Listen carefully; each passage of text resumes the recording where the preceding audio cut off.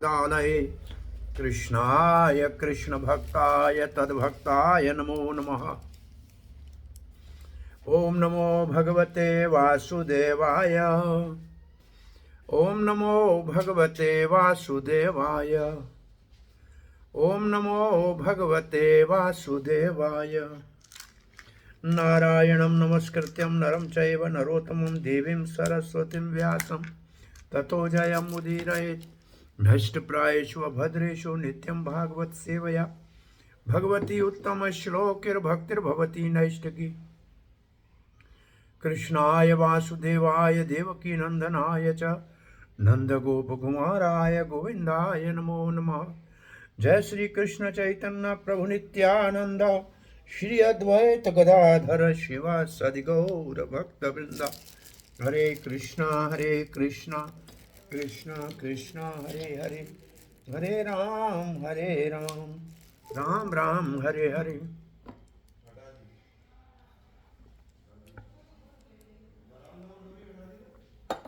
जगन्नाथ बलदेव सुभद्रा महारानी सुदर्शन चक्र श्री कृष्ण गौर निताय श्रील प्रभुपाद के शरणागत भीलवाड़ा के भक्तवृंद आप सबका प्रातः श्रीमद् भागवत के सत्संग में हार्दिक स्वागत है।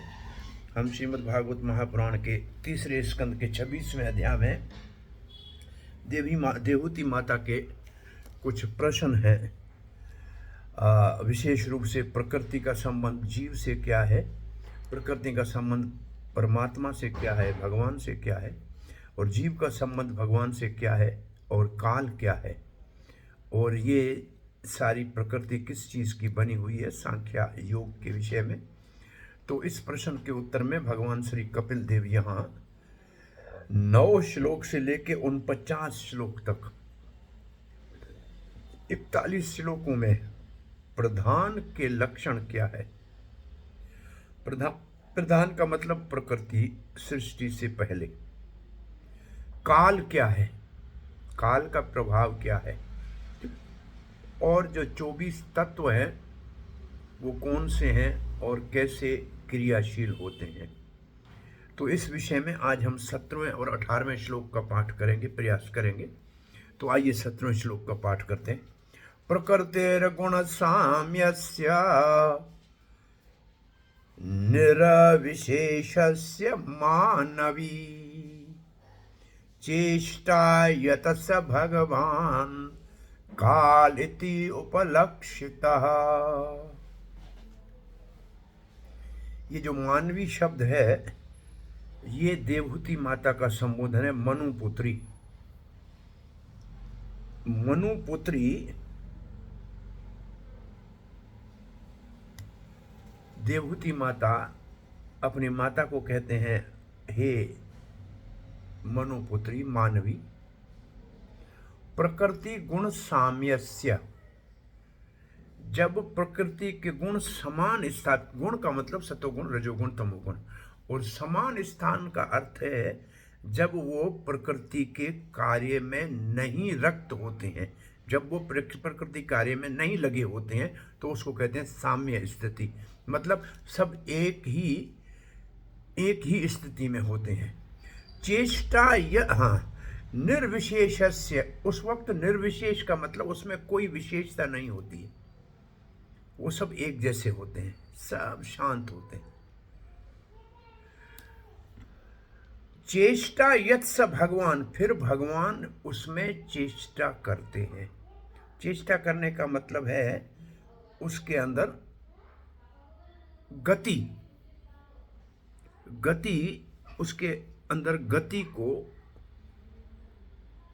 शुरू करते हैं। कैसे करते हैं? काल इति उपलक्षितः, जिससे गति करते हैं उसको काल कहते हैं। उपलक्षित का मतलब जिसको काल कहते हैं, जो 25वां तत्व है वो भगवान का ही स्वरूप है। भगवान के दृष्टि डालने से काल का प्रवेश होता है प्रधान में, और फिर जो प्रकृति के 3 गुण साम्य अवस्था में एक अवस्था में होते हैं उनके अंदर गति शुरू हो जाती है। ये इस श्लोक का अर्थ हुआ।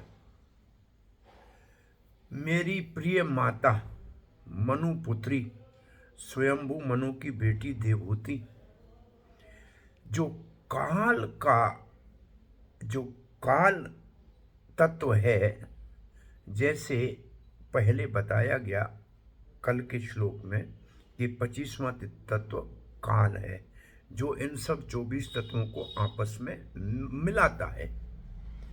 वो कौन है? वो भगवान है। इसका मतलब काल भगवान का प्रतिनिधि है, भगवान का ही एक स्वरूप है। और उस काल के द्वारा भगवान सृष्टि के कार्य को आरंभ करते हैं। कैसे आरंभ करते हैं?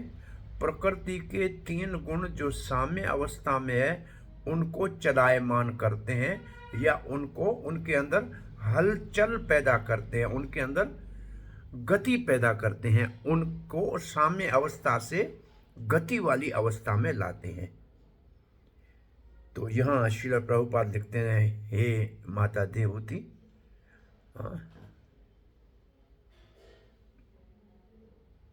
शक्तिशाली काल जो प्रकृति में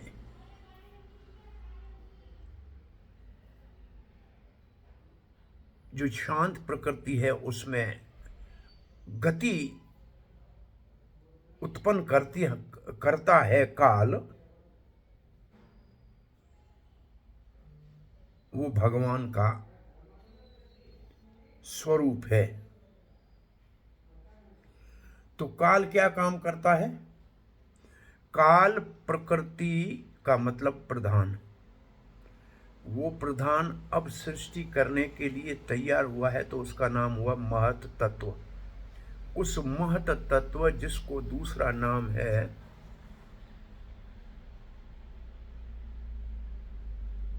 महद ब्रह्म योनि, उसी को कहते हैं महद ब्रह्म योनि।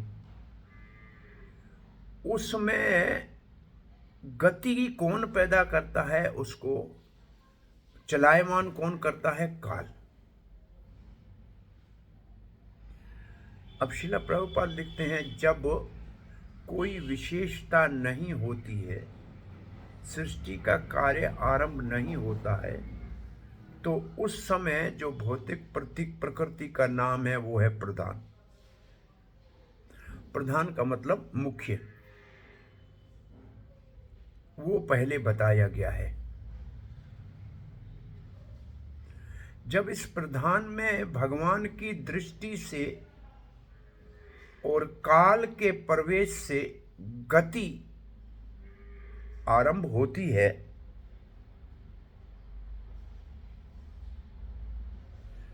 तो भगवान इसमें भिन्न प्रकार से गति स्थापित करते हैं, उसको सृष्टि के कार्य का शुभारंभ करते हैं अपनी दृष्टि डालने से, काल का उसमें प्रवेश करने से, और जीवों का उसमें गर्भदान करने से। ये 3 चीजें तो निश्चित रूप से भगवान की ओर से प्रकृति में जब प्रधान को तैयार करके महत तत्व के रूप में तैयार किया जाता है, तो उसमें ये 3 चीजें प्रवेश करती हैं, तब वो सृष्टि का कार्य शुरू होता है।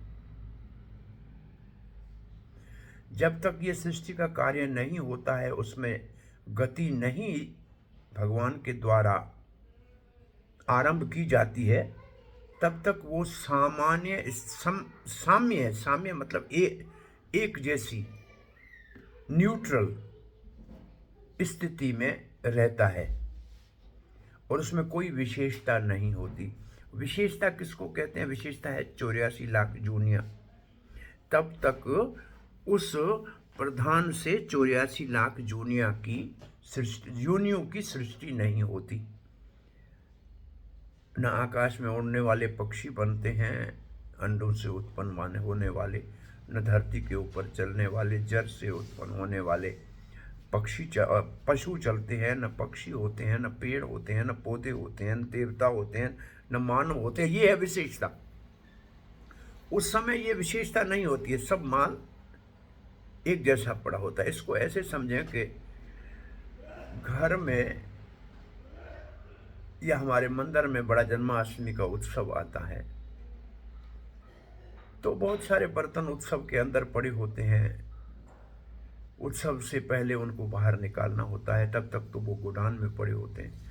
ऐसे चीनी है, आटा है, घी है, ये सब पड़ी है, सामग्री पड़ी है, लेकिन अभी इसमें कोई विशेषता नहीं है। इसमें किसी को हम हलवा नहीं कहते हैं, किसी को पूरी नहीं कहते हैं, किसी को पकोड़ा नहीं कहते हैं, किसी को रसगुल्ला नहीं कहते हैं, और किसी को जलेबी नहीं कहते हैं। इसका मतलब विशेषता नहीं है, सब एक स्थिति में पड़े हैं। तो इसके उसके बाद उसको कोई कारीगर जब मिला के कुछ विशेष 56 भोग पदार्थ बनाना शुरू करता है, तब उसमें से अलग अलग प्रकार के पदार्थ बनते हैं। ऐसे इस प्रधान रूपी प्रकृति जो समान अवस्था में होती है, तब उसमें कोई विशेषता नहीं होती। वो विशेषता आती है भगवान के स्पर्श से। भगवान जब उसको छूता है तब उसमें विशेषता आती है। सिद्धांत प्रभुपाद जी क्या स्थापित करना चाहते हैं कि प्रकृति जड़ है, अपने आप में कुछ भी प्रकट नहीं कर सकती जब तक कोई चेतन उसके संपर्क में न आए। मां के गर्भ से मरा हुआ बालक पैदा होता है, क्योंकि उसमें आत्मा नहीं होती। आत्मा होती तो बढ़ना शुरू हो जाता है। तो ऐसे ही प्रकृति के अंदर को भगवान का स्पर्श न हो, चेतन का स्पर्श न हो, तब तक वो प्रकृति न गतिशील हो सकती है और न ही उसमें कोई विशेषता का दर्शन हो सकता है या विशेषता उसमें दिखाई दे सकती है। अब प्रभुपाद जी लिखते हैं, ये बहुत ही अच्छी तरह से भगवत गीता में वर्णित है। प्रभुपाद जी इसको लिखते क्या है, भगवत गीता में कैसे वर्णित है? परम पुरुष भगवान ही भौतिक प्रकृति के जो भी भिन्नता है, जो भी उसमें विशेषता है, उसके कारण है। भगवान के छूने के बगैर, स्पर्श आंख के द्वारा, दृष्टि के बिना ये भौतिक जगत अपने आप में कुछ नहीं उत्पन्न कर सकता। अब ये श्लोक प्रभुपाद जी ने यहाँ नहीं लिखा है, सिर्फ कहा है कि केवल यही कह रहे हैं कि अच्छी तरह से भगवत गीता में इस चीज़ का वर्णन है। तो कहाँ वर्णन है ये वर्णन है मयाधीक्षेण प्रकृति सूयते सचराचर। मेरी अध्यक्षता में, मेरी आंख के नीचे, मेरी दृष्टिपात से, ये तीन एक ही बात है। मेरी अध्यक्षता में, मेरी अधि अक्ष, अधि मतलब नीचे, अक्ष मतलब आंख, मेरी आंख के नीचे, मेरे दृष्टिपात से ये जो प्रकृति जड़ है, ये चलायमान हो जाती है, क्रियाशील हो जाती है और चर और अचर जगत की सृष्टि करती है। चर का मतलब चलने वाला, जैसे पक्षी, पशु, मानव, देवता, और अचर का मतलब पेड़ पौधे, पर्वत आदि, इसकी सृष्टि करती है। और इसमें, इस श्लोक में भी शब्द सूयते है। उसका अर्थ है कि मैं मेरी दृष्टि से इसमें गर्भ का धारण करता हूँ और ये नाना प्रकार की योनियों की जन्म दात्री बनती है, जन्म देने वाली बनती है। अब आगे श्रील प्रभुपाद जी लिखते हैं, श्री चैतन्य चरितमृत में भी इसको बहुत सुंदर एक उदाहरण के द्वारा वर्णन किया गया है। वो उदाहरण क्या है? ये जो बकरी होती है उसके 2 थन होते हैं जिससे दूध निकलता है, परंतु कुछ कुछ बकरियों में उनके गले के अंदर, गले के ऊपर भी 2 ऐसे जैसे थन होते हैं, ऐसे थन दिखाई देते हैं, लेकिन उसमें दूध नहीं होता है। तो प्रभुपाद लिखते हैं, जो वो बकरी के थन जिसमें गले के अंदर होते हैं, जिसमें दूध नहीं होता है, वो दिखते स्तन जैसे हैं, ऐसे ये प्रकृति भी वैसे उन स्तनों जैसी है जिसके अंदर कोई भी दूध आदि प्राप्त नहीं होता है।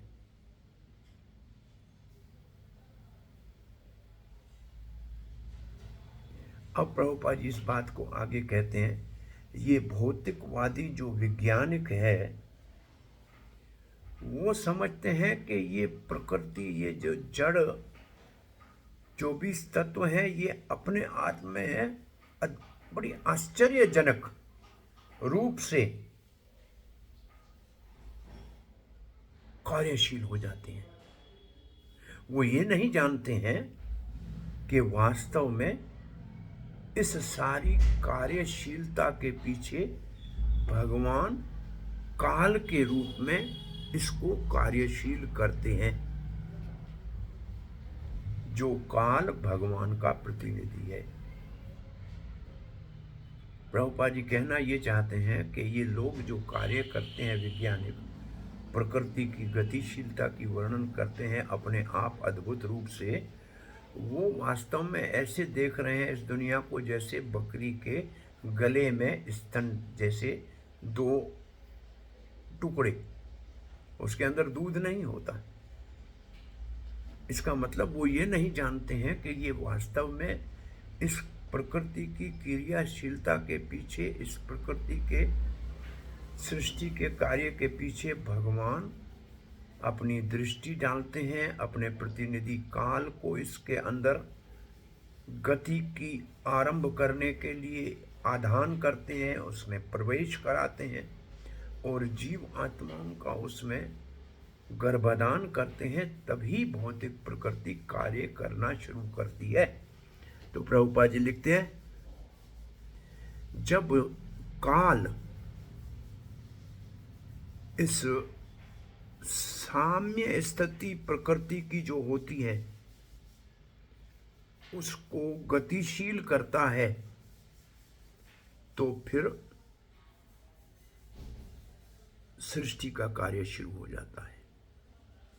किसके ऊपर काल पहले प्रभाव डालता है, कोई अगर पूछे आपसे, तो इसका उत्तर है प्रकृति के 3 गुणों के ऊपर काल अपना प्रभाव डालता है।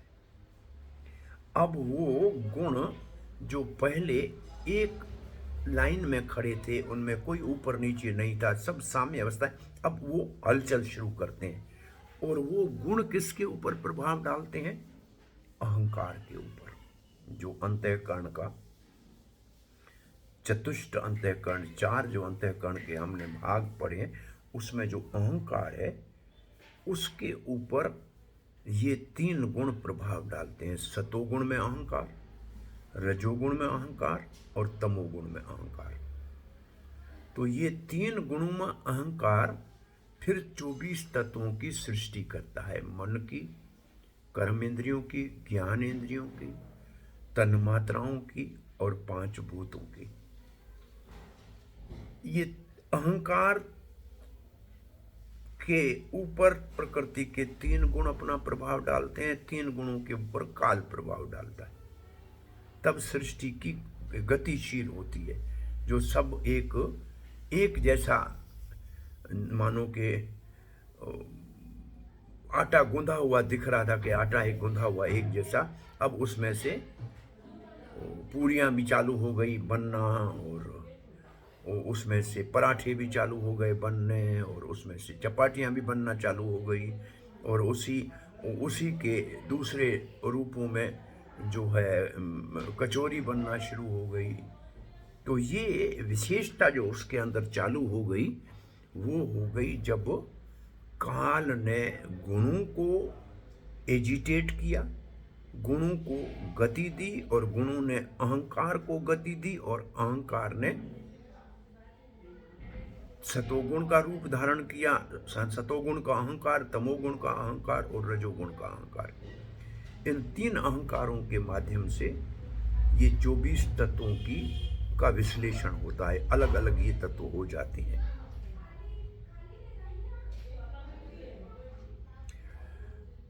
तो असल में कहा जाए कि सृष्टि का आदि कारण तो भगवान ही है, क्योंकि उनकी दृष्टि और उनके काल के रूप में इस सृष्टि को गति देने से ही सृष्टि कार्य शुरू करती है। अब प्रभुपाद जी एक उदाहरण और दे रहे हैं कि बच्चे को जन्म तो स्त्री देती है, पेट में स्त्री के बच्चा जो है पोषा जाता है। पोषण बच्चे का सारा शरीर माँ अपने ही शरीर के रक्त से बनाती है, परंतु उसके अंदर जीव आत्मा बच्चे की जो है वो तो पिताजी के द्वारा आई। पिताजी के द्वारा जब जीव आत्मा किसी रेतस के कणे के ऊपर माता के गर्भ में गई तभी गर्भाधान हुआ और वो बच्चे का पिंड या शरीर बनना शुरू हुआ। तो पिताजी के द्वारा बीज की स्थापना करना अथवा आत्मा का उदर में स्थापित करना वो आवश्यक होता है, तभी माता बच्चे का पोषण भी करती है पेट में और जन्म भी देती है। ऐसे ये प्रकृति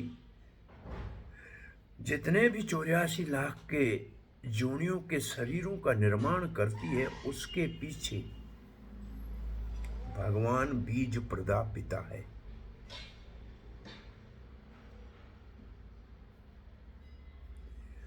अब यहां प्रभुपाद जी बीज प्रदा पिता भगवान को जीवों के विषय में भी, जीवों की दृष्टि से भी कह रहे हैं और काल की दृष्टि से भी कह रहे हैं। तो इसका अर्थ है वो काल वो पुरुष भगवान का प्रतिनिधि है जो प्रकृति में गतिशीलता उत्पन्न करता है, जिससे प्रकृति 24 तत्वों को प्रकाशित करती है और उनके द्वारा फिर जो है नाना प्रकार के जीवों की सृष्टि होती है। इंद्रियों के देवता आदि सब सृष्ट होते हैं। चक्रवर्तीपाद ने तो लिखा है, एक ही लाइन लिखी है, प्रकृति क्षोभित मतलब क्षोभ कहते हैं उसमें हलचल पैदा करने को, उसमें गति आने को। प्रकृति शोभ कत्वेनापि तम लक्ष्यते प्रकृति इति ही। प्रकृति को शोभायमान करना ये काल का कार्य है।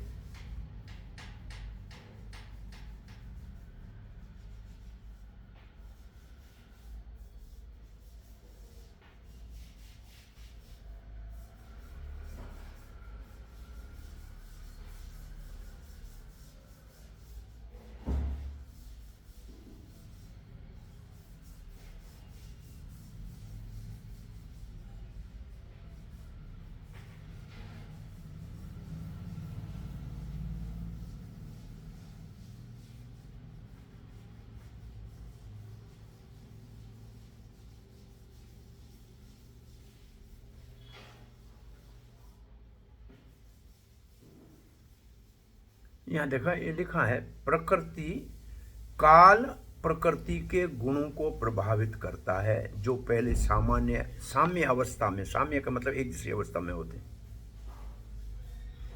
ये काल क्या है? भगवान का ही एक रूप है। भगवान के 5 रूपों में से एक रूप है कि प्रकृति के कार्य में भगवान के 3 तो विष्णु के रूप सीधे से हैं, कारणोदक्षाई, गर्भोदक्षाई, क्षीरोदक्षाई विष्णु। एक काल का रूप है 4। अब 5वां का कौन सा काल का भगवान का रूप है? प्रकृति ब्रह्म भी हो सकता है। इसको काल क्यों कहते हैं?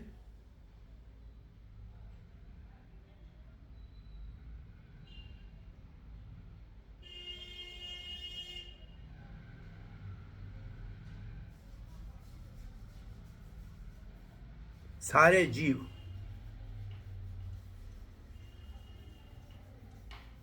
काल के द्वारा ज्ञान प्राप्त करते हैं, क्योंकि काल से भय उत्पन्न होता है और भय से सब सावधान होते हैं और फिर भय से भाव हृदय में भगवान के प्रति भक्ति उत्पन्न होती है।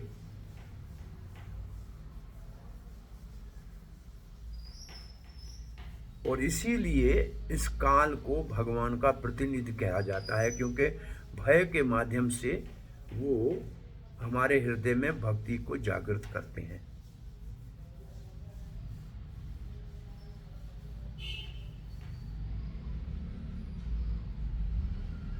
अब ये वल्लभाचार्य की टीका में लिखा है कि ऐसा नहीं है कि भगवान का नाम कोई काल है, परंतु क्योंकि काल वो ज्ञान जीव के अंदर उत्पन्न करता है जिसके द्वारा वो प्रबुद्ध होता है।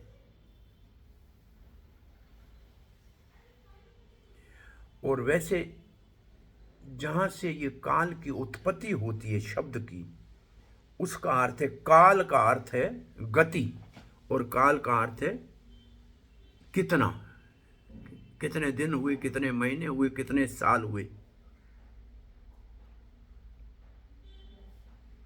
काल हमको ये समझाता है कि जो चीज़ें उत्पन्न हुई हैं वो सारी चीज़ें जो है सदा रहने वाली नहीं है।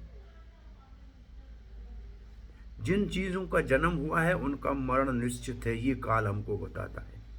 और कल हमने कहा था काल नाश करने की निशानी है, जिसका जन्म हुआ है उसका विनाश काल के कारण होता है। समय के साथ सब चीज़ें जीर्ण होने लगती हैं काल के कारण। और जब ये जीव को अनुभव हो जाता है कि काल भौतिक पदार्थों के ऊपर विनाश की क्रिया शुरू करके उनको नष्ट कर देता है, तो जीव फिर मुक्ति के लिए जो नित्य है और जो जिसके ऊपर काल का प्रभाव नहीं पड़ता है उसको प्राप्त करने की प्रयास करता है।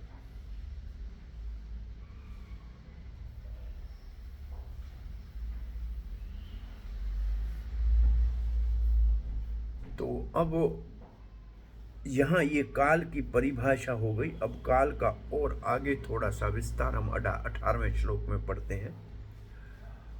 अंतः पुरुष रूपेण काल रूपेण यो बहिः समन्वेति एष सत्त्वानां भगवान आत्म मायया। अंतः पुरुष रूपेण, हमारे जीव के हृदय में भगवान पुरुष रूप में, क्षीरोदक्षाई पुरुष के रूप में, 3 पुरुष अवतार हैं सृष्टि के लिए। उनमें जो क्षीरोदक्षाई विष्णु है उस पुरुष के रूप में भगवान जीव के हृदय के अंदर होते। काल रूपेण यो बहि, और बाहर इस सृष्टि के अंदर भगवान काल के रूप में रहते हैं, जो हर चीज को समय के साथ नष्ट करते जाते हैं।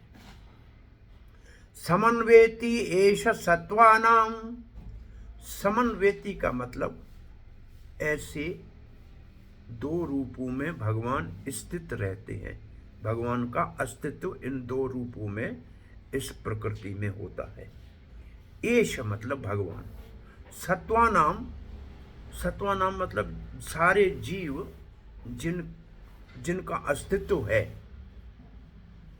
सारे जीवों के अंदर जीवों के प्रति भगवान 2 रूप में इस धरती पे रहते हैं। वैसे सत्वानाम, प्रकृति असत है और जीव सत्य है, तो सत्वानाम। भगवान आत्म माया, अपनी प्रकृति, अपनी शक्तियों के द्वारा, भगवान अपनी शक्तियों के द्वारा 2 रूप से जीवों के अंदर और बाहर स्थित रहते हैं। भगवान अपने शक्तियों के माध्यम से ये 24 तत्वों को अपने अच्छी व्यवस्थित करते हैं, परमात्मा के रूप में अंदर और काल के रूप में बाहर। वो भगवान जो अपनी शक्ति के माध्यम से अंदर अंदर अंतर्यामी के रूप में और बाहर काल के रूप में रहता है जीवों के। तो ये श्लोक और विस्तार से वर्णन कर रहा है कि भगवान काल के रूप में बाहर क्रियाशील रहते हैं प्रकृति में, और जीव के हृदय में परमात्मा के रूप में रहते हैं। इसका एक शब्द में अगर अर्थ जाना जाए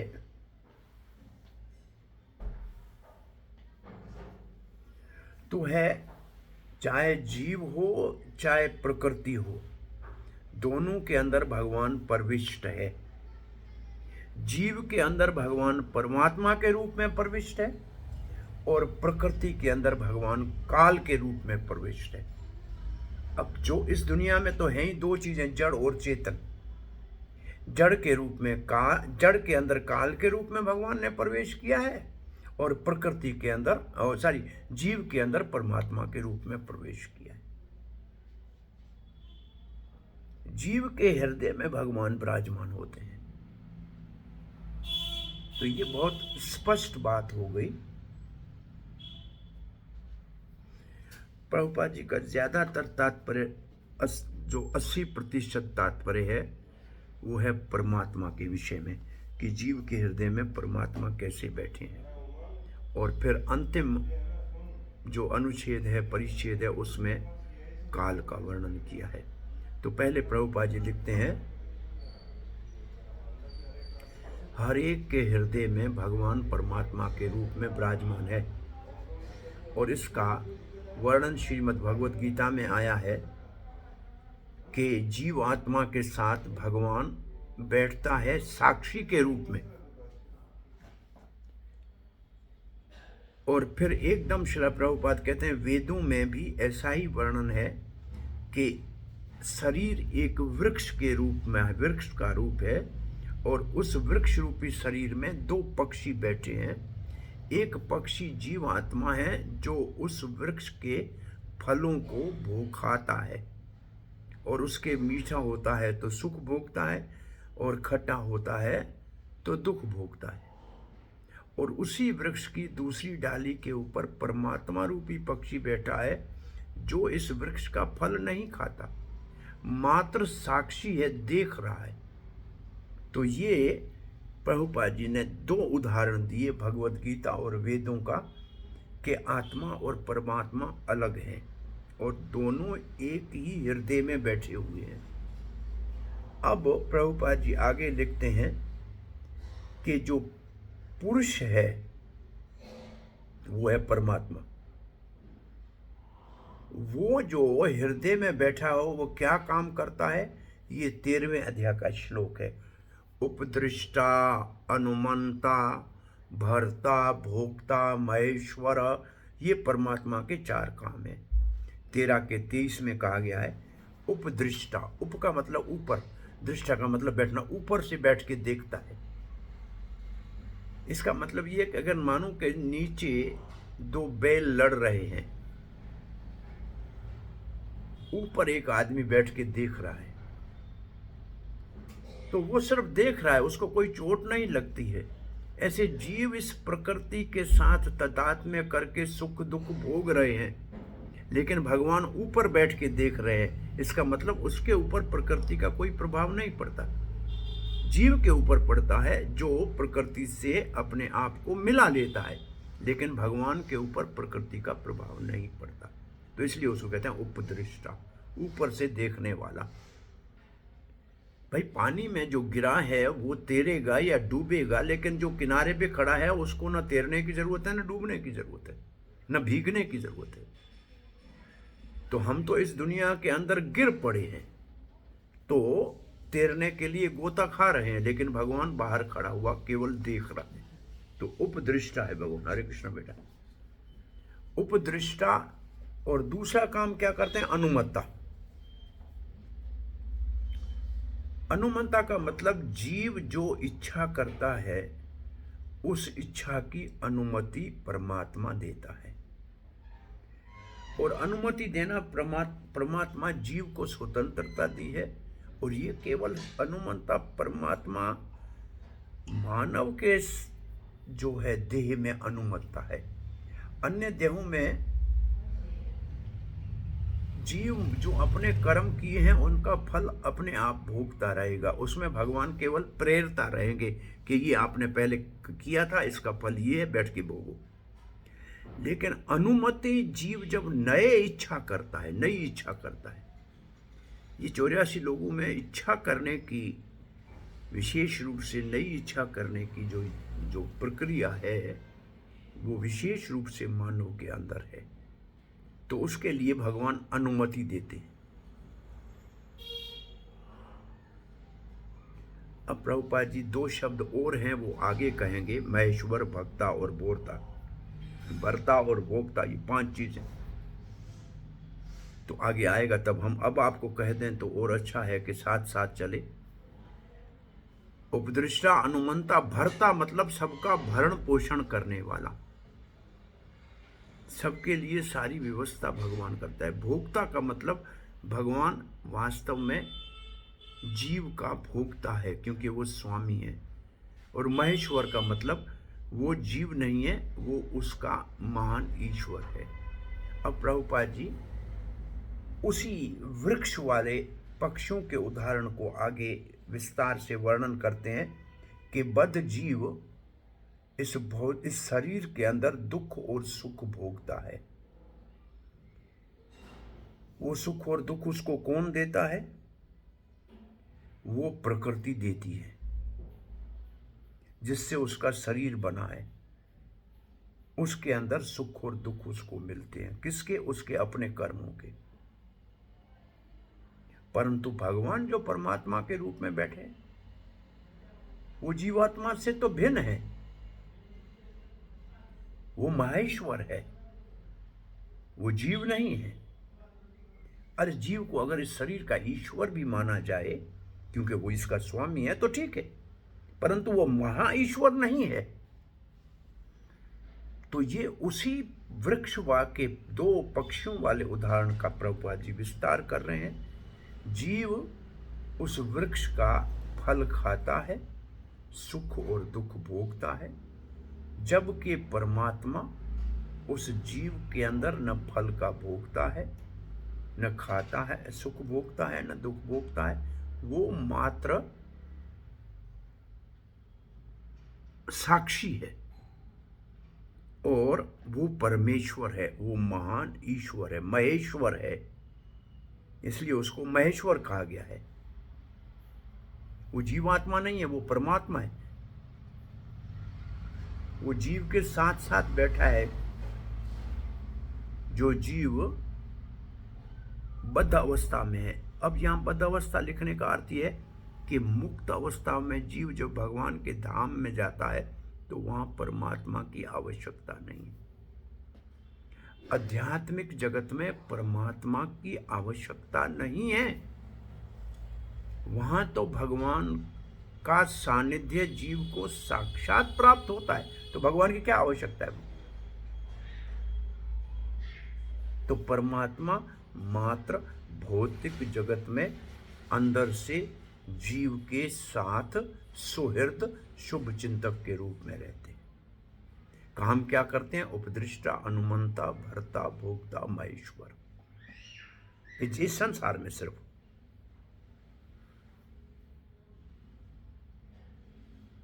तो जीव इस भौतिक जगत में आता क्यों है? भौतिक जगत के ऊपर अपनी प्रभुता या सामित्व बनाने के लिए कि ये जगत की चीजों का मैं मालिक हूं। भगवान के अनुमति के बिना तो कोई इस जगत में कुछ भी नहीं कर सकता। इसलिए भगवान अनुमति देने के लिए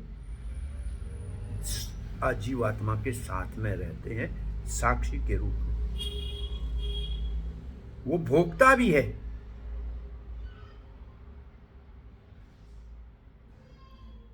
ये जीव का भरण पोषण भी करते हैं।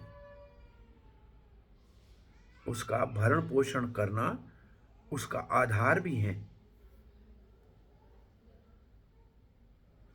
क्योंकि जीव भगवान का अंश है, विभिन्न अंश है। भगवान के दो प्रकार के अंश होते हैं, स्वांश और विभिन्न अंश। स्वांश होते हैं विष्णु तत्व, विभिन्न अंश होते हैं जीव तत्व। तो जीव भगवान का विभिन्न अंश है। भगवान जीव के प्रति बहुत स्नेह करते हैं, क्योंकि उनको अपना संतान मानते हैं। अहम बीज प्रदा पिता, भगवान पिता है, तो भगवान स्नेह करते हैं जीव के साथ। दुर्भाग्य से माया के चक्कर में जीव भगवान को भूल जाता है।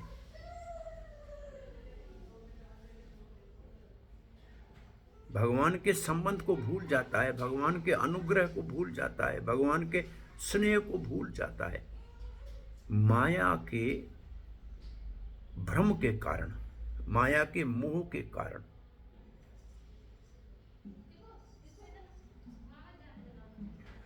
जैसे ही जीव अपने स्वरूप में स्थित हो जाए कि मैं भगवान का अंश हूं, भगवान मुझसे स्नेह करते हैं, तो उसी समय वो मुक्त हो गया।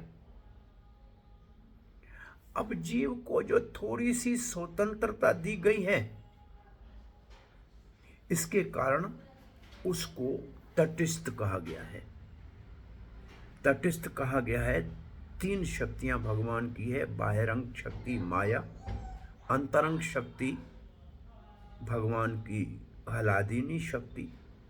इन दोनों शक्तियों के बीच में जीव भगवान की तटस्थ शक्ति है। अब जीव को ये स्वतंत्रता है कि वो भगवान को भूल के माया शक्ति के अधीन होके झूठे अहंकार के कारण भौतिक जगत को स्वामी बन के भोगने की इच्छा करे। ये उसको स्वतंत्रता है। परंतु अगर जीव चाहे तो भगवान की ओर अपना मुख करके उनकी सेवा में लग सकता है। तो अंतरंग शक्ति के शरण में आएगा, हरे कृष्णा बोलेगा, हरे भगवान की अंतरंग शक्ति को संबोधन है, और हरे कृष्णा बोलेगा, भगवान को हमको अपनी सेवा में लगाओ। तो फिर वो जीव की स्वतंत्रता का सदुपयोग हो गया। अगर वो माया के मोह में अपने आप को फंसाएगा तो अपनी स्वतंत्रता का दुरुपयोग हो जाएगा। ये स्वतंत्रता सब बद्ध जीवों के पास भी है।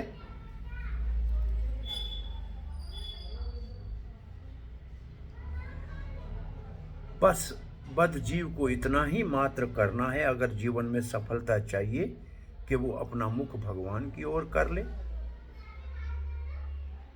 परंतु उसने अगर अपने स्वतंत्रता का दुरुपयोग किया और भौतिक जगत में एक बार फंस गया तो यहां से निकलना बहुत मुश्किल है। परंतु फिर भी भगवान कितने दयालु है कि अगर वो भौतिक जगत में जाने का निर्णय भी ले लेता है, अपनी स्वतंत्रता का दुरुपयोग भी कर लेता है, तो भी भगवान उसको अकेला नहीं छोड़ते, उसी के साथ परमात्मा के रूप में आते हैं।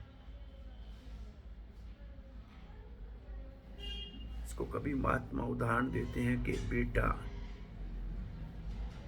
चाहे किसी अपराध के कारण जेल में भी चला जाए, लेकिन उसके अभिभावक जो स्नेह करते हैं उसको छुड़ाने के लिए जेल में भी जाते हैं, उससे मिलने भी जाते हैं, वकील के पास भी जाते हैं, उसको निकालना चाहते हैं।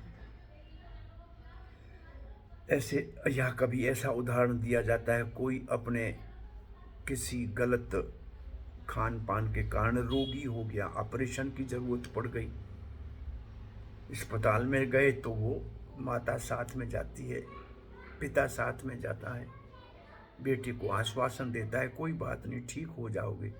ऐसे हम इस भौतिक जगत में आए हैं, माया हमारा बहुत बड़ा भारी ऑपरेशन कर रही है, त्रिशूल हाथ में लेके 3 प्रकार के पीड़ाएं दे रही है, आदि भौतिक, आदि देवक, आदि आध्यात्मिक। परंतु भगवान हमारे साथ परमात्मा के रूप में बैठे कहते हैं, घबराओ मत, मैं तेरे साथ हूँ, तू सिर्फ मेरी ओर देख ले। बस तो फिर तुमको मैं इस सारे संकट से मुक्त कर लूँगा, सारे त्रिताप से मुक्त कर लूँगा। तो ये भगवान का अनुग्रह है कि हम अगर अपनी स्वतंत्रता का दुरुपयोग करके भौतिक जगत में भी आने का निर्णय ले ले तो भगवान हमको अकेला नहीं छोड़ते हैं, हमारे के साथ आ जाते हैं।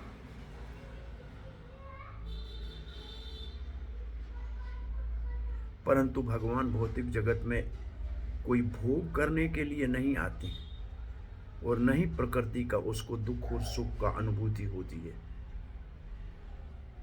भले वो हमारे शरीर में बैठे हुए हैं, परंतु हमारे शरीर के दुख सुख का प्रभाव उनके ऊपर नहीं पड़ता है, क्योंकि वो प्रकृति के तीनों गुणों से ऊपर है और हम प्रकृति के तीनों गुणों के अधीन हैं।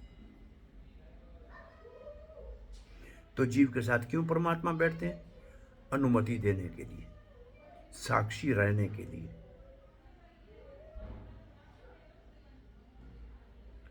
तो इस साक्षी भगवान है, इसलिए जीव अपने किए हुए कर्मों का फल सुख या दुख, अच्छा या बुरा भोग सके। अब 4 लाइन में प्रभुपाद जी अंदर में भगवान परमात्मा के रूप कहते हैं, वो क्या कार्य करते हैं उसका वर्णन कर लिया। अब बाहर शरीर से, बद्ध जीव के शरीर से बाहर भगवान काल के रूप में रहते हैं। कहाँ? प्रकृति में।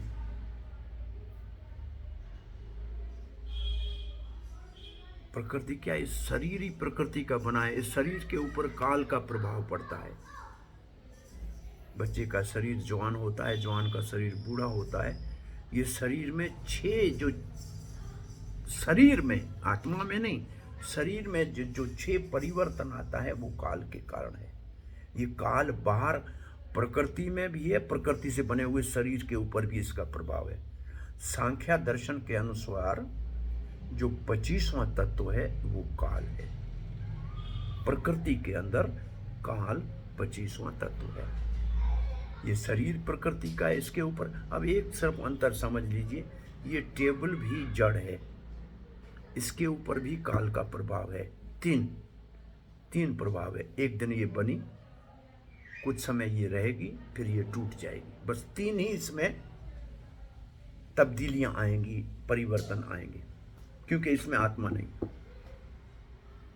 ये शरीर भी बनी हुई उन्हीं 5 तत्वों की है जिससे टेबल बनी हुई, परंतु क्योंकि इसमें आत्मा है इसलिए इसमें 6 परिवर्तन आएंगे। इसका जन्म होगा, टेबल इसका जन्म होगा, ये अपने जैसे और पैदा करेगा। ये टेबल अपने जैसी और टेबल नहीं पैदा कर सकती, लेकिन क्योंकि आत्मा है शरीर में इसलिए शरीर अपने जैसा और शरीर पैदा कर सकता है, बढ़ता है। ये टेबल नहीं बढ़ सकता है, टेबल शरीर बढ़ता है और फिर आस्ते आस्ते वो जीर्ण होने लगता है, बूढ़ा होने लगता है, टूटता है, फूटता है और फिर मरता है।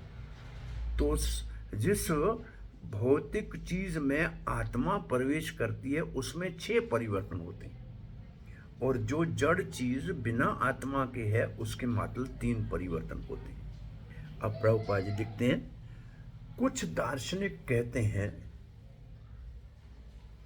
कि 26वां तत्व परमात्मा है, 25वां काल और 26वां परमात्मा। तो परमात्मा भी कण कण में है, अणु अणु में है, परमाणु परमाणु में है, और काल का प्रभाव भी प्रकृति के सभी तत्वों के ऊपर पड़ रहा है।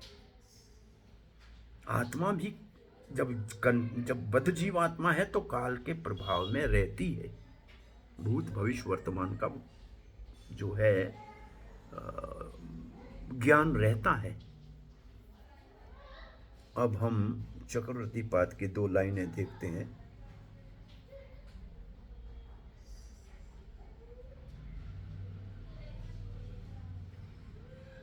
अंदर जो भगवान रहते हैं परमात्मा के रूप में, उसमें कोई परिवर्तन नहीं आता।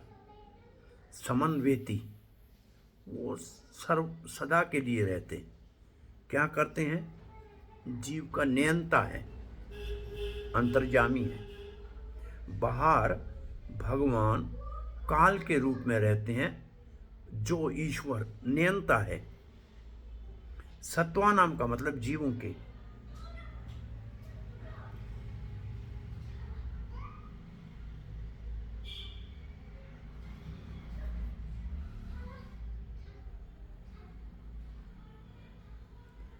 अब चक्रवर्ती पाद लिखते हैं, अगर 24 तत्वों में एक काल किया तो हो गया 25। अब एक करो जीव आत्मा उसके अंदर शरीर में तो हो गया 26। अब एक करो उसके अंदर परमात्मा तो हो गया 27। और एक करो प्रकृति तो हो गया 28। अब ये प्रकृति क्या है? महत तत्व कहते हैं इसको। 28 महत तत्व। देवौ मिलितः ऐसा नहीं भवति, प्रकृति पुरुष च दिवौ। तो ये है इसका विश्लेषण।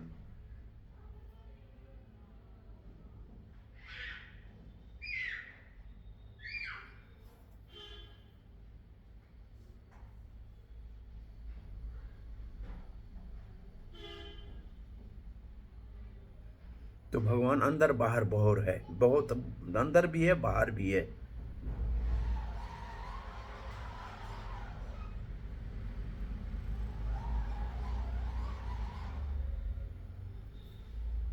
जो जीव बाहर मुख है वो काल के गाल में चले जाते हैं। जो भक्त हैं अंतर्मुख हैं, भगवान की सेवा में लगे हैं, उनके ऊपर काल का प्रभाव नहीं पड़ता है। सूर्य अस्त होता है और उगता है, जीव की आयु को खा जाता है। परंतु भगवान की सेवा में लगे हुए भक्त ऐसे काल के प्रभाव से मुक्त होते हैं।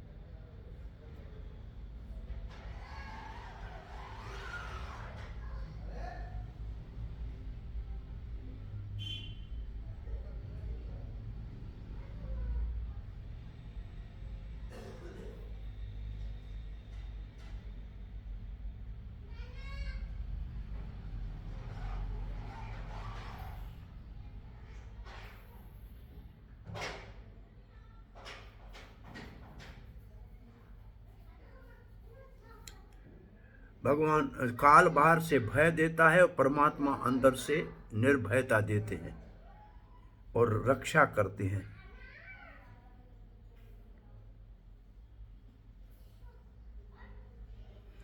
अब ये सारी चीज़ों का सृष्टि कैसे होता है? काल के अंदर प्रवेश करके और प्रकृति को चलायमान करके, उसको एजिटेट करके, गतिशील करके कैसे सृष्टि होती है, इसका वर्णन हम कल सुनेंगे। हरे कृष्ण। अब आपका कोई प्रश्न है या जिज्ञासा है, पूछ सकते हो।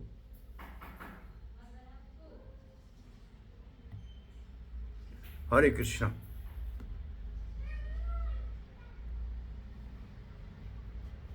कोई प्रश्न जिज्ञासा है किसी का? हाँ, हरे कृष्णा प्रभु जी। आज कम लोग हैं, 16 हैं, पहले 20-21 होते हैं। हाँ बोलिए बोलिए, कौन बोल रहा है? हरे कृष्णा प्रभु जी, मैं प्रहलाद बोल रहा हूँ। बोलिए प्रहलाद जी। तो मुझे प्रश्न थोड़ा लंबा है और थोड़ा नास्तिकता से प्रभावित है। मेरा प्रश्न है कि धरती पर, मतलब इस पृथ्वी पर बहुत सारे धर्म है, पंथ है, संप्रदाय है, और यहाँ तक कि चोर लुटेरों ने भी अपना धर्म बनाकर मतलब यहाँ पर चलाया है और फल फूल रहा है। तो क्या ये धर्म मात्र एक मनोविज्ञान है जो समाज को नियंत्रित करता है, या कोई? प्रकृति के 3 गुण जब आपस में मिश्रण होते हैं तो 9 होते हैं, 9 आपस में मिलते हैं तो 81 होते हैं, 81 आपस में मिलते हैं तो ऐसे अनंत होते हैं। तो जब तक प्रकृति के तीनों गुणों के मिश्रण का प्रभाव मानव के ऊपर रहेगा तब तक पंथ भी बनेंगे और धर्म भी बनेंगे। लेकिन जो वास्तविक धर्म है उसके लिए भागवत में लिखा है, धर्मात् तो साक्षात भगवत प्रणीतम। जो भगवान ने दिया है वो धर्म है, और जो मानव ने प्रकृति के प्रभाव से बनाया है वो पंथ हैं। वो सदा रहने वाले नहीं हैं, आने जाने वाले हैं, प्रवाहशील है। लेकिन जो नित्य धर्म जीव का है, प्रकृति का अपना धर्म है, जीव का अपना धर्म है, वो बदलने वाला नहीं है। परंतु प्रकृति के प्रभाव से जीवों के धर्म बदलते हैं, इसलिए अलग अलग पंथ। भाई डाकुओं का भी अपना धर्म होता है, कहाँ जाना है, कब जाना है, कैसे जाना है। जैसे इसको तो ऐसे समझा जाए कि दुनिया के अंदर विभिन्नता है। एक यूनिवर्सिटी में बहुत से सब्जेक्ट पढ़ाए जाते हैं, क्योंकि बहुत से जो है अलग अलग विभागों को अध्ययन करने वाले छात्र होते हैं, क्योंकि उन सबकी प्रवृत्ति अलग होती है। तो ऐसे ही इस दुनिया रूपी ये विश्वविद्यालय में बहुत से जीवों की अलग अलग प्रकृति होती है, इसलिए उनके लिए अलग अलग जो है विभाग बनाए हुए हैं और उनका विधान भी किया हुआ है और उस विधि से वो अपना कार्य कर रहे हैं। परंतु सभी एक यूनिवर्सिटी के अधीन है, उन सब का मालिक यूनिवर्सिटी का जो नेम है वो बनाने वाला एक ही है। वो प्रकृति के गुणों का ये प्रभाव है कि अलग अलग पंथ हैं और अलग अलग विचारधाराएं हैं, क्योंकि जीवों के ऊपर प्रभाव गुणों का पड़ता है। इसलिए जो भगवान ने धर्म दिया है उसका नाम है भागवत धर्म। और भागवत धर्म में सब जीवों को भगवान की सेवा करने का अधिकार है। और ये भागवत धर्म श्री चैतन्य महाप्रभु ने बहुत सरलता से प्रचार करने का, जो हम कृष्ण भावना में जो हम भक्ति करते हैं वो भागवत धर्म है। उसमें न जात का, न पात का, न स्त्री का, न पुरुष का भेद है, न देश का भेद है। सबको भगवान की सेवा करने का अनुमति है, अधिकार है। परंतु ये भागवत धर्म से कोई अगर बेमुख है तो फिर उसके लिए, अब फिर मैं दोबारा आपको एक बार इसका कह दूं, जब तक शरीर के ऊपर धर्मों का हम निरूपण करेंगे तो बहुत ही विभिन्नता दिखाई देगी। भागवत धर्म आत्मा के स्तर का धर्म है। आत्मा तो एक रस है, आत्मा 2, 4, 5, 8 नमूने की नहीं है, एक ही है। इसलिए भागवत धर्म एक है, परंतु शरीर अलग अलग है। शरीरों में जातियां भी अलग हैं, वर्ण भी अलग हैं। जातियां पशु जाति है, पक्षी जाति है, वर्ण है ब्राह्मण क्षत्रिय है। तो इन सब के अलग अलग जो है धर्म हो जाते हैं। ये शरीर के धर्म अलग अलग हो सकते हैं और हम आत्मा के धर्म का प्रचार करते हैं, वो एक है। ये आपके प्रश्न का उत्तर मेरे को समझ में आया जो मैंने आपको दिया।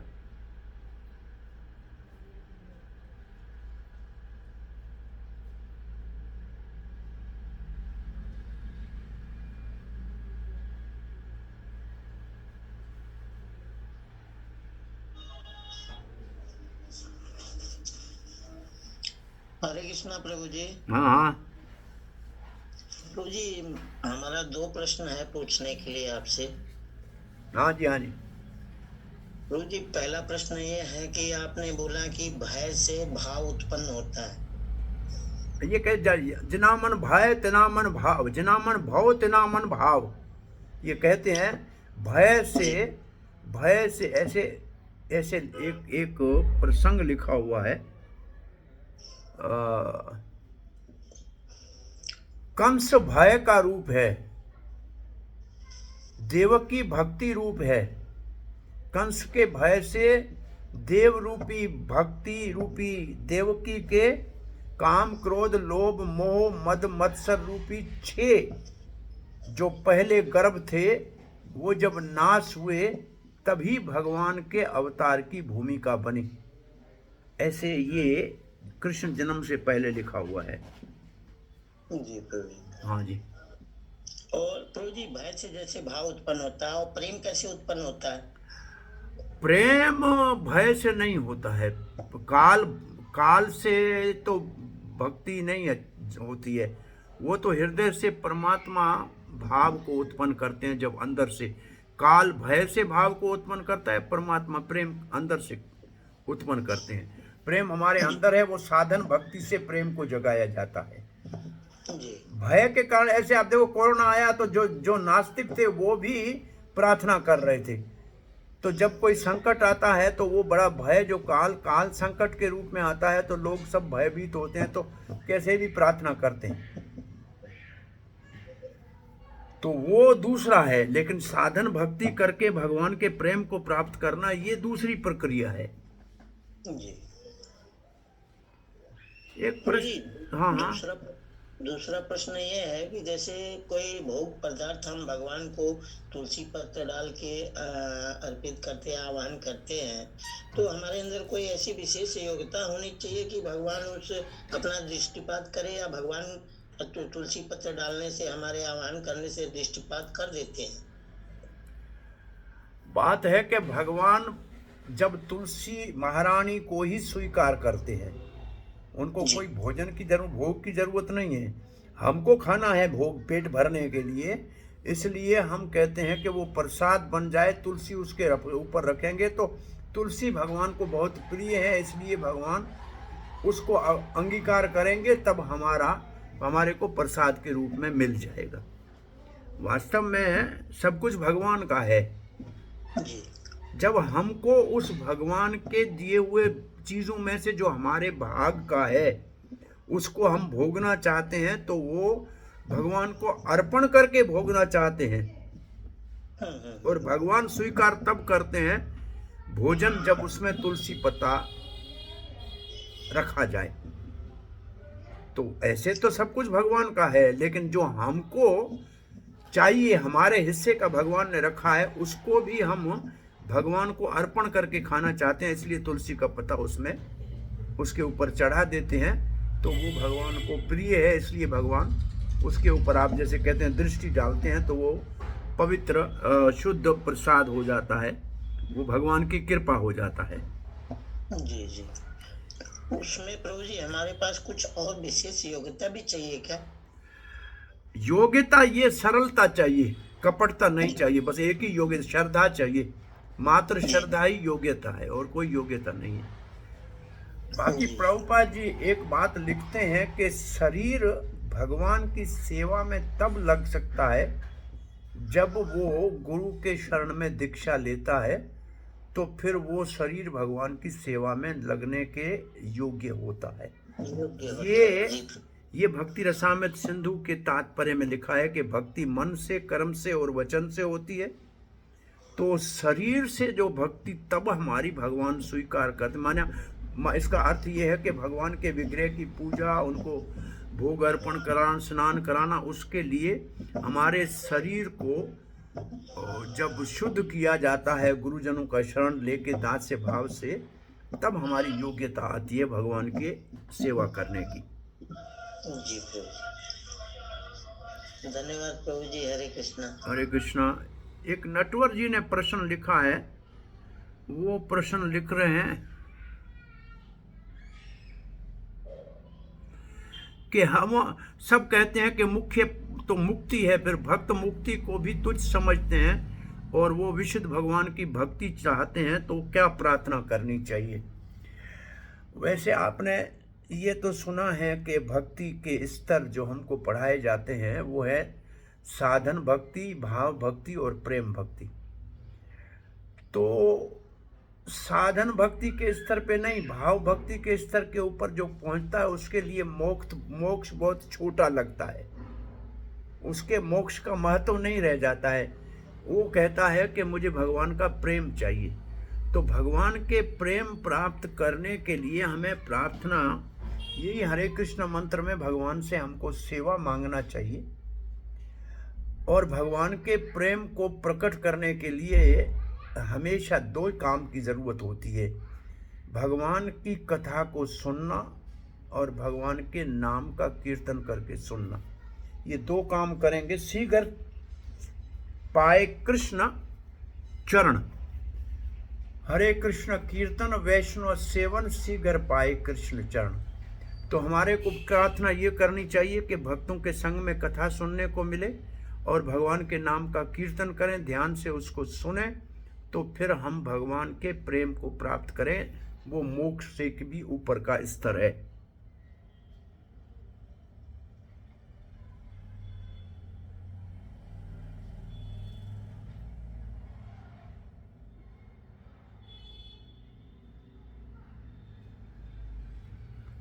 एक प्रश्न और पूछा है किसी ने हरे कृष्णा प्रभु जी, हाँ, दंडवत प्रणाम। बोलिए बोलिए। प्रभु जी, नेट की वजह से ब्रेक हो रही है आवाज। मैं पूछना चाह रहा हूँ कि जीव और जड़ आपने दो बताई थी। जीव में आत्मा होती है और जड़ में आत्मा नहीं होती है, उसके बारे में मुझे थोड़ा सा विवेचन करिएगा। देखो, जीव और, मैंने ये नहीं कहा था, मैंने ये कहा था दो प्रकार का जड़ होता है। एक जड़ है जिसमें जीव है, एक जड़ है जिसमें जीव नहीं है। जैसे टेबल ऐसा जड़ है जिसमें जीव नहीं है, तो उसमें मात्र 3 परिवर्तन आएंगे। शरीर ऐसा जड़ है जिसमें चेतन जीव है, इसलिए उसके अंदर 6 परिवर्तन आएंगे।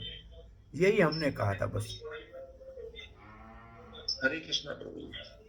हरे कृष्णा गणेश जी। हरे हरे और एक प्रश्न शारदा ने पूछा है, अनिकेत शारदा ने, कि जीव भगवान का अंश है तो कहां से आते हैं?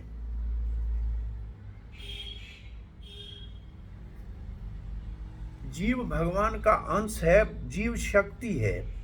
वास्तव में जीव शक्ति है भगवान की, पुरुष नहीं है जीव, विभिन्न अंश है, शक्ति है। तो कई जगह हमने 2-4 जगह तो प्रभुपाद के तात्पर्य में ये पढ़ा है कि जीव वास्तव में भगवान का अंश है, भगवान की शक्ति के माध्यम से। तो जीव भगवान की अंतरंग शक्ति का अंश है, और अंतरंग शक्ति भगवान से अभिन्न है, इसलिए उसको भगवान का अंश माना जाता है। तो हमने जो तात्पर्यों में पढ़ा है प्रभुपाद जी के 2-4-5 जगह पे, जीव आत्मा वैसे राधा रानी का विस्तार है। राधा रानी अंतरंग शक्ति है और हम भी जीव भगवान की शक्ति हैं, तो उसका विभिन्न अंश हैं। या हम राधा रानी के शरण में रहें या दुर्गा के शरण में रहें, जो बाह्यरंग शक्ति है और अंतरंग शक्ति की स्वामिनी राधा रानी है। मैं पढ़ा नहीं है कहीं, लेकिन मैं ऐसे किसी के मुख से सुना है कि जीव भगवान जो बलराम जी है, जो हमको सेवा सिखाते हैं, उनका अंश है। लेकिन मैंने कहीं ये पढ़ा नहीं है। जो मैंने पढ़ा है प्रभुपाद के तात्पर्यों में, वो जीव भगवान की शक्ति का अंश है, राधा रानी का अंश है, अंतरंग शक्ति का अंश है। हाँ जी, नटवर शर्मा, आपका कोई प्रश्न है क्या? प्रहलाद का प्रश्न हो गया।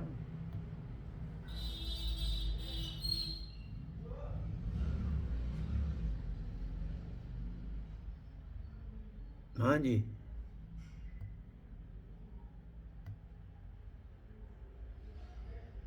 नटवर जी, प्रश्न है क्या? गणेश जी, आपका प्रश्न है क्या? हाथ उठा रहे थे, आप अनम्यूट हैं, आप अनम्यूट कीजिए। प्रभु जी, आप हाँ, प्रभु जी, आप जैसे कह रहे थे कि जड़ चेतन दो तरह के होते हैं, तो टेबल जो है वो जड़ चेतन है, उसमें 3 परिवर्तन आप होते हैं। देखो, और बाकी आप गणेश जी पहले तो ठीक बोलिए। जड़ चेतन 2 तरह के नहीं होते हैं, एक जड़ होता है, एक चेतन होता है। पहले इन दोनों को अलग कीजिए। जड़ है तो भौतिक जड़ भौतिक है, तो उसमें जैसे टेबल का आपने उदाहरण दिया, तो उसमें 3 परिवर्तन होते हैं, और जिसमें जड़ में भी आत्मा होती है उसमें 6 परिवर्तन होंगे। हाँ जी, जैसे पेड़ हो गया, हाँ, तो पेड़ है तो दूसरे पेड़ में से बच्चा पैदा होगा, दूसरा पेड़ पैदा होगा, उसमें से पेड़ बड़ा भी होगा, टेबल बड़ा तो नहीं होगा। हाँ, तो उसमें 6 परिवर्तन। ठीक है, हरे कृष्णा प्रभु। हरे कृष्णा, हरे कृष्णा। और नटवर जी, आपका क्या प्रश्न था? गोपाल फिर क्यों हाथ ऊपर है? जी प्रभु जी, थोड़ा सा समझना था आपसे। क्या? ये श्रद्धा, भाव और प्रेम। श्रद्धा शुरुआत है, प्रेम पूर्णता है, और भाव मध्य में है। श्रद्धा से भक्ति शुरू होती है, भाव भक्ति पहले से अंदर है, उसको जगानी होती है, और प्रेम भक्ति की पूर्णता है। जी प्रभु जी। ये स्तर है भक्ति के। श्रद्धा पहला स्तर है, और भाव सिद्ध भक्ति है जिसको जगाना है, और प्रेम उसकी पूर्णता है। भाव से लेकर 8 स्तर हैं, वहां तक पहुंचेंगे तब भाव जागेगा। आदो श्रद्धा, पहले श्रद्धा, फिर साधु संग, फिर भजन क्रिया, फिर अनर्थ निवृत्ति, फिर निष्ठा, फिर रुचि, फिर आसक्ति, तब जाके भाव प्रकट होगा और भाव परिपक्व होके प्रेम में परिवर्तित हो जाएगा। तो श्रद्धा जो है भक्ति का आरंभ है, साधन भक्ति का आरंभ है। भाव भक्ति हमारे अंदर पहले पड़ी है, उसको जगाना है, श्रद्धा से शुरुआत करनी। हाँ नटवर जी। हाँ प्रभु जी, मैं पूछ रहा था कि आध्यात्मिक जीवन में प्रगति के लिए क्या गुरु को बनाना जरूरी होता है क्या? अति आवश्यक है जी। अच्छा अच्छा, तो ये गुरु का चयन कैसे करें प्रभु जी? प्रामाणिक गुरु का कहाँ मिलेगा हमें? कब मिलेगा, कैसे मिलेगा? ये तो ऐसा प्रश्न है, आप क्यों गुरु करना चाहते हैं? मेरा अगर आपसे ये मैं प्रश्न पूछूं तो आप गुरु क्यों करना चाहते हैं? नहीं, जैसे आपने कहा ना सर, नहीं, बिना आध्यात्मिक प्रगति के लिए। नहीं, मेरी बात को छोड़ो, मैं आपसे पूछ रहा हूँ आप गुरु क्यों करना चाहते हैं? वो आध्यात्मिक जीवन में आगे बढ़ने के लिए गुरु का मार्गदर्शन जरूरी होता है। आध्यात्मिक जीवन में आगे बढ़ के क्या चाहिए? भगवान की प्राप्ति चाहिए। अब थोड़ा सा यहाँ रुकिए। जिसकी प्राप्ति चाहिए उसको प्रार्थना कीजिए कि भगवान श्री कृष्ण, मैं आपके प्रेम को, आपकी सेवा को प्राप्त करना चाहता हूँ।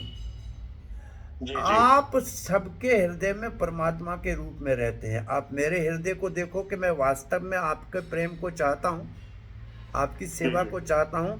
तो आप तो ऐसे महात्मा के, गुरु के हृदय में भी परमात्मा के रूप में बैठे हैं ना, उसको आप प्रेरित कीजिए कि वो आकर मेरा मार्गदर्शन करें। आप ये भगवान को प्रार्थना करो तो भगवान निश्चित रूप से आपकी प्रार्थना को सुनकर जो आपके मार्गदर्शन के लिए उपयुक्त होगा, ऐसे महात्मा के हृदय में भी परमात्मा के रूप में भगवान बैठे हैं, उसको प्रेरणा देंगे कि इसको आप मेरी भक्ति में लगाओ। अच्छा अच्छा, ठीक है प्रभु जी। जन्मे जन्मे गुरु से, गुरु हमारे कई जन्मों से उनसे संबंध है। हम पढ़ते हैं गुरु पूजा में, जन्मे जन्मे गुरु से। तो इसका मतलब ये है कि हर एक का अपना गुरु कोई पहले से ही निर्धारित है, मात्र भगवान को प्रार्थना करने से वो प्रकट हो जाता है। अच्छा अच्छा, नहीं जैसे अपन कहते हैं ना कृष्ण वंदे जगत गुरु, तो भगवान को भी अपन मतलब गुरु मान करके नहीं, काम चला सकते हैं क्या? भगवान है समष्टि गुरु। समष्टि गुरु मतलब सबका गुरु। हमको चाहिए वैष्टि गुरु भी चाहिए, समष्टि और वैष्टि दोनों। जी जी जी। अच्छा, भाई भगवान सबके पति है। जी जी जी। फिर भी स्त्री को अपना व्यक्तिगत पति चाहिए अपने परिवार को सुखी रखने के लिए। जी जी जी, बिल्कुल सही है। हरे कृष्णा। हरे कृष्णा प्रभु जी, हरे कृष्णा। धन्यवाद। तो कथा को यहाँ विराम देते हैं। वांछा कल्पतरुभ्यश्च कृपा सिन्धुभ्यैव च पतितानां पावनेभ्यो वैष्णवेभ्यो नमो नमः। जय श्री कृष्ण चैतन्य प्रभु नित्यानंद, श्री अद्वैत गदाधर शिवासादि गौर भक्तवृंद। हरे कृष्णा कृष्ण